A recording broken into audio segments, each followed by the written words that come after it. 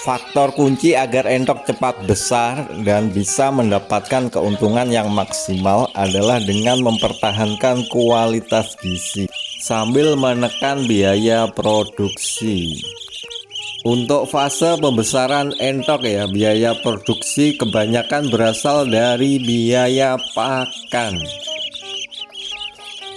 Secara basic ya, biar entok cepat besar ya, membutuhkan asupan gizi seperti protein, serat, karbohidrat, kalsium, vitamin, dan beberapa mineral lainnya. Kebutuhan gizi tersebut bisa didapatkan dari berbagai macam kombinasi pakan ya. Setiap pakan memiliki kandungan nutrisi yang kadarnya berbeda-beda. Nah, pada fase pembesaran entok ya, kebutuhan pakannya meningkat, biayanya pun meningkat. Untuk menghematnya kita bisa menggunakan pakan alternatif. Selamat datang kembali di New Dimension 7.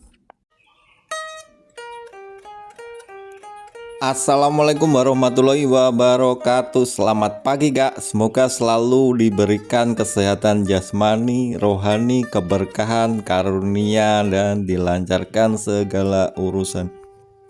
Masih tentang ternak entok ya, khususnya pembesaran ya. Hari ini kita akan bahas tentang pakan alternatif ternak entok.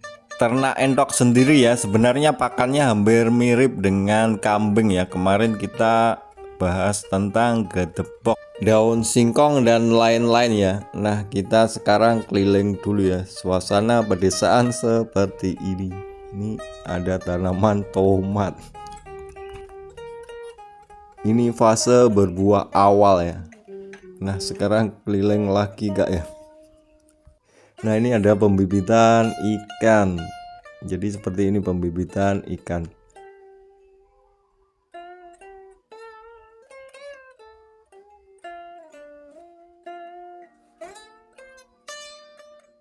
Nah, sebelahnya baru kolam pembesaran ikan. Ini sore hari ya. Jadi kalau mengarit begitu lewat sana sini.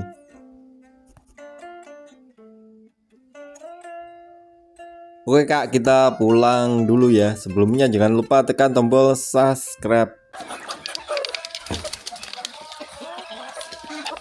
Pakan alternatif entok yang alami Kak ya. Nah, bisa memanfaatkan dari tanaman ini. Tanaman kelapa. Ini ada limbahnya kan, dari parutan kelapa.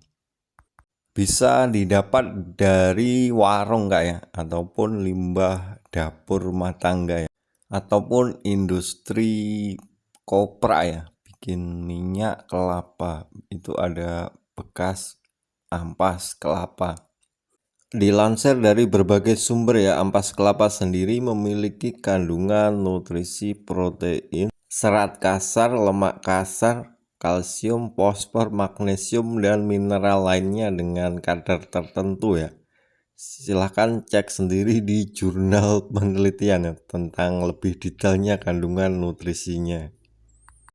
Karena serat kasar dan lemak kasarnya lumayan tinggi ya, jadi banyak yang menyarankan penggunaannya hanya 10% ya. Untuk ampas kelapa yang masih segar atau basah ya, mungkin beda lagi kadarnya kalau sudah difermentasi. Bisa cari sendiri ya di YouTube cara fermentasi ampas kelapa. Lemak sendiri ya dengan kadar yang tepat ya, sebenarnya sebagai penghangat tubuh dan energi aktif gerak ya. Cuman karena ampas kelapa ya itu santan diolah jadi minyak, masih ada kandungan minyak kelapa murninya. Selain itu serat kasarnya lumayan tinggi ya, jadi kalau kebanyakan bisa menyebabkan pencernaannya rusak atau mencret. Kesimpulannya, ampas kelapa ya sebagai pakan ternak entok untuk menambah nafsu makan ya. Mungkin rasanya gurih ya bagi entok, makannya jadi lahap, serta itu ya sebagai sumber kalori dalam jumlah yang wajar ya. Nah, untuk melengkapi nutrisinya ya, alias campuran pakannya ya, bisa menggunakan dedak, bekatul, jagung, nasi akeng, nasi atau umbu-umbuan singkong ya, dengan pengolahan yang tepat ya, sebagai sumber karbohidratnya.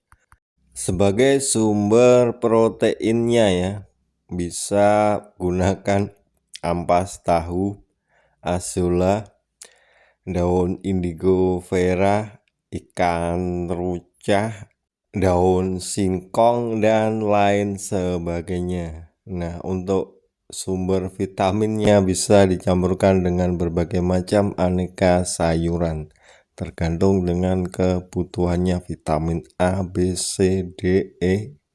Tiap daun punya kandungan nutrisi vitamin berbeda-beda. Jadi dengan menggunakan ampas kelapa ya, bisa menghemat biaya 7-10%-an kan, lumayan juga kan. Selain itu entoknya jadi lahap makan ya. Nah, pakannya tidak terbuang ya. Itu kalau ampasnya masih basah fresh ya, ataupun dengan pengolahan yang tepat. Jadi pada masa pembesaran ya, kebutuhan pakannya semakin meningkat. Sangat sayang alias rugi kalau pakannya nggak habis sih. Nah, ini entok 1 bulan ke atas, yang ini 3 minggu ke atas ya, hampir 1 bulanan. Jadi dipisah di kandang tersendiri, belum turun kandang alias belum diumbar.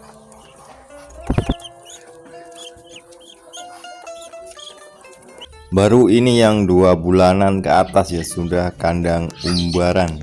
Nah, kalau memberikan pakan ya, biasanya itu ya yang jantan ya yang paling dominan, jadi yang lainnya takut untuk makan. Bisa pisahkan jantannya ya kalau punya jantan entok yang banyak.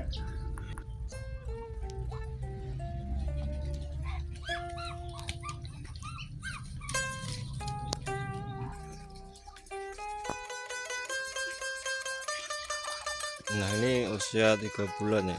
Nah, jadi seperti ini ya, itu entok jantan dominan kan. Akhirnya yang kecil takut. Misal punya entok jantan banyak ya, pisahkan atau sisakan beberapa ya. Soalnya biasanya takut makan kalau banyak jantannya. Yang kecil-kecil akhirnya nggak jadi makan dan pertumbuhannya melambat. Oke, sekian, terima kasih. Wassalamualaikum warahmatullahi wabarakatuh. Selamat beternak.